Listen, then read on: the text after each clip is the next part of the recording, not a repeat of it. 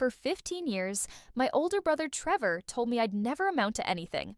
When I was 22, I asked him for a job at his marketing company. He said, "I don't hire family. You're not qualified." When I graduated business school, he hired someone with less experience. At family dinners, he'd ask, "You still at that nonprofit?" Like, it wasn't a real job. I was managing a $4 million budget. When I made $140K Hello Jais, my name is Maya Brennan and I am 34 years old, and by midnight tonight, my brother's entire professional life would be over, and he wouldn't see it coming, because I'd spent the last 6 months making sure every step of this happened legally, quietly, and completely. And right now, at 8 in the morning, I'm standing in my kitchen in downtown Boston drinking coffee and reviewing the schedule for the day that would end with my older brother Trevor discovering that the company he spent 15 years building and 7 years using as proof that I'd never amount to anything now belonged to me, and the acquisition closed at 6 p.m., and the reveal would happen at 8, and I had 12 hours to get through before I watched him realize that the little sister he spent a decade and a half dismissing had just become his boss. 8:15 a.m., and I'm in my car driving to the offices of Brennan Media Solutions, the company Trevor founded when I was 19 and he was 24, and he built it into a mid-sized digital marketing firm with 40 employees and annual revenue of about $6 million, and it was successful enough to make Trevor feel important and small enough that he never saw me coming. And I'm thinking about the fact that 15 years ago when I told Trevor I wanted to study business, he laughed and said, "Maya, you'll never amount to anything, you don't have what it takes." And I'm thinking about how many times he said some version of that sentence, and I lost count around year 7, 8:45 a.m., and I'm pulling into the parking garage across from Trevor's building, and I'm not going inside. Yet, I'm just sitting here watching employees walk in. And I'm flashing back to when I was 22, and I just graduated with my business degree, and I asked Trevor if there were any openings at his company, and he said, "Maya, I don't hire family. It creates complications." And I said, "I'd work hard." And he said, "I'm sure you would, but you're not qualified." And I said, "I have a degree." And he said, "So do a lot of people." And he hired someone else that same week, someone with less experience than me, and I stopped asking him for anything after that. 9:30 a.m., and I'm in a coffee shop 2 blocks from Trevor's office, reviewing the acquisition documents one more time, and the deal is clean. I bought Brennan Media Solutions through an investment group I'd set up specifically for this purpose. And Trevor had been looking for investors for 8 months because he'd overextended trying to expand too fast, and he'd taken on debt he couldn't manage. And when my investment group approached him with an offer to buy 70% of the company, for $4.2 million, he took it without asking too many questions because he was desperate and the papers were signed 3 weeks ago. And today at 6 p.m. the final transfer happens, and at 8 p.m. I'm scheduled to attend my first board meeting as majority shareholder, and Trevor still thinks the new owner is a venture capital group called Northpoint Investments, and he has no idea Northpoint is just me. 10 a.m., and I'm remembering the family dinner 3 years ago when Trevor announced he was expanding the company. And my mother said, "That's wonderful," and my father said, "We're proud of you."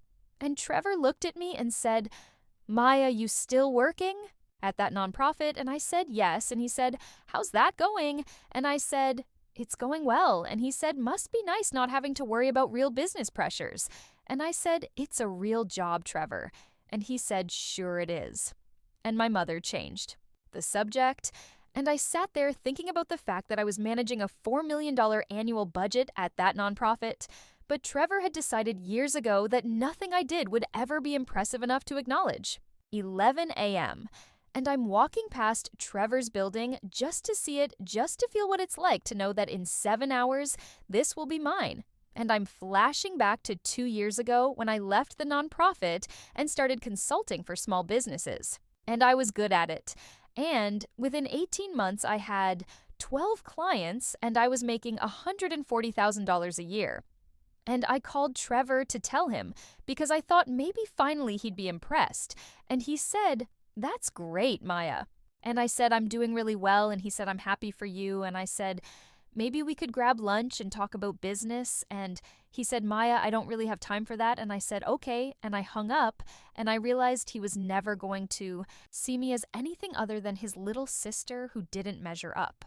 12 p.m., and I'm having lunch at a restaurant near the waterfront, and I'm looking at my phone, and there's a message from my business partner Simone, who helped me structure this acquisition, and she says, everything's on track, closing at 6 reveal.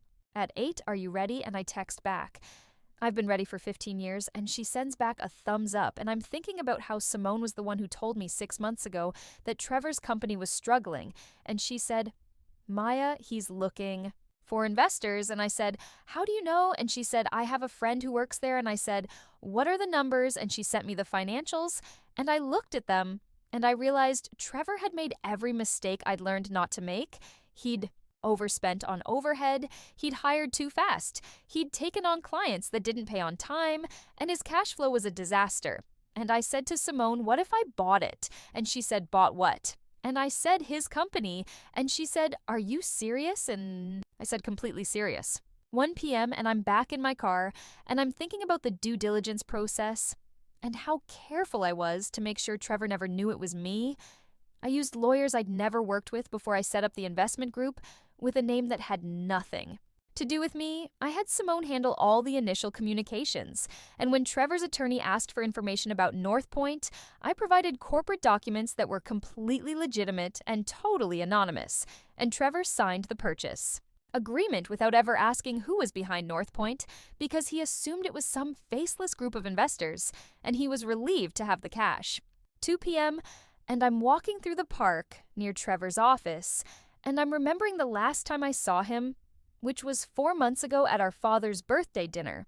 And Trevor spent the whole meal talking about the company and how he was in the middle of a big transition and how he'd brought in new investors and how it was going to take the business to the next level. And my mother said, that sounds exciting. And Trevor said, it is. And I said, who are the investors? And he said, just a private equity group.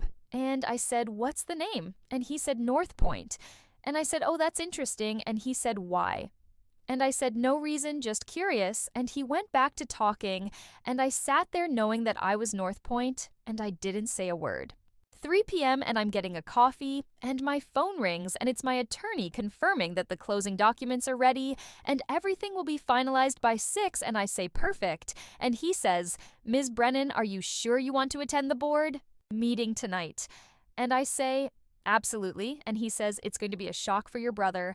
And I say, I know. And he says, just making sure you're prepared. And I say, I've been preparing for this for 15 years. 4 p.m. and I'm sitting in my apartment looking at the clock, and I'm 2 hours away from owning Trevor's company, and I'm thinking about what I'm going to say when I walk into that boardroom, and I'm thinking about his face when he realizes, and I'm not doing this because I hate him. I'm doing this because I need him to see me. And for 15 years, he's looked right through me, and tonight he's going to have to look directly at me because I'll be signing his paychecks. 5 p.m. and I'm getting dressed. I'm wearing a navy suit, and I'm pulling my hair back, and I'm looking at myself in the mirror, and I'm thinking about the version of me that asked Trevor for a job when I was 22 and believed him when he said I wasn't qualified. And I'm thinking about how long it took me to stop believing that, and I'm thinking about the moment I realized that his opinion of me said more about him than it said about me, and that was the moment I started building something he couldn't diminish. 6 p.m. and I'm in my attorney's office, and I'm signing the final documents, and the company is officially mine. I own 70% of Brennan Media Solutions, and Trevor owns 30%, and he doesn't know it yet. And my attorney says, congratulations, Ms. Brennan. And I say, thank you. And he says the board meeting starts at 8, and I say I'll be there. And I walk out, and I get in my car, and I sit there for a minute, and I feel calm. 7 p.m. and I'm driving to Trevor's office, and I'm early because I want to be in the boardroom before he gets there. And I'm remembering the time 5 years ago when Trevor told me at Christmas that I should think about going back to school for something more practical. And I said, I have a business degree, Trevor. And he said, I mean, something with better job prospects. And I said, I'm doing fine. And he said, if you say so. And I didn't argue because I'd learned that arguing with Trevor meant giving him another opportunity to tell me I was wrong. 8 p.m., and I'm sitting at the head of the conference table in Trevor's boardroom, and the other board members are here. They're people Trevor brought in when he was looking for governance structure, and they know who I am because my attorney briefed them this afternoon.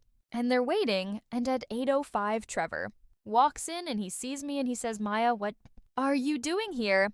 And I say, "I'm here for the board meeting," and he says, "This is a closed meeting." And I say, "I know," and he says, "So you need to leave." And I say, "Actually, Trevor, I'm the majority shareholder of this company, so I'm exactly where I'm supposed to be." And he stops and he says, "What?" And I say, "Northpoint Investments is my investment group. I bought your company 3 weeks ago." And he stares at me and he says, "That's not possible." And I say, "It's very possible." And one of the board members says, "Mr. Brennan, it's true, we were informed this afternoon." And Trevor looks at me and he says, "You bought my company." And I say, "I bought 70% of it. You still own 30." And he says, "Why would you do this?" And I say, "Because you spent 15 years telling me I'd never amount to anything, and I wanted you to see exactly how much I've amounted to." 8:15 p.m., and Trevor is sitting down now, and he's not saying anything, and I'm going through the agenda, and I'm explaining the changes I'm planning to make, and I'm professional and calm, and I'm not gloating. I'm just running a meeting, and Trevor is staring at the table. And finally he says, "Maya, I don't understand." And I say, "What don't you understand?" And he says, "Why didn't you tell me?" And I say, "Tell you what?" And he says that you were doing well, that you had money, that you were capable of this. And I say, "Trevor, I tried to tell you for 15 years and you never listened." And he says, "I didn't mean." And I say, "You meant exactly what you said. You told me I'd never amount to anything and you believed it. And I let you believe it while I built something you didn't see coming." And he says, "This is cruel." And I say, "No, Trevor, cruel is spending 15 years making your sister feel like she's not good enough. This is just business." 8:45 p.m. and the board meeting is over, and Trevor is still sitting there. And I say, "Trevor, you can stay on as a consultant if you want, but you're no longer running this company." And he says, "You're firing me?" And I say, "I'm restructuring and you're welcome to be part of it, but not in a leadership role." And he says, "I built this company," and I say, "And you ran it into the ground, and I bought it before it collapsed." And he stands up and he says, "I need to think," and he walks out. And I sit there alone in the boardroom, and I don't feel victorious. I feel like I finally proved something I should never have had to prove.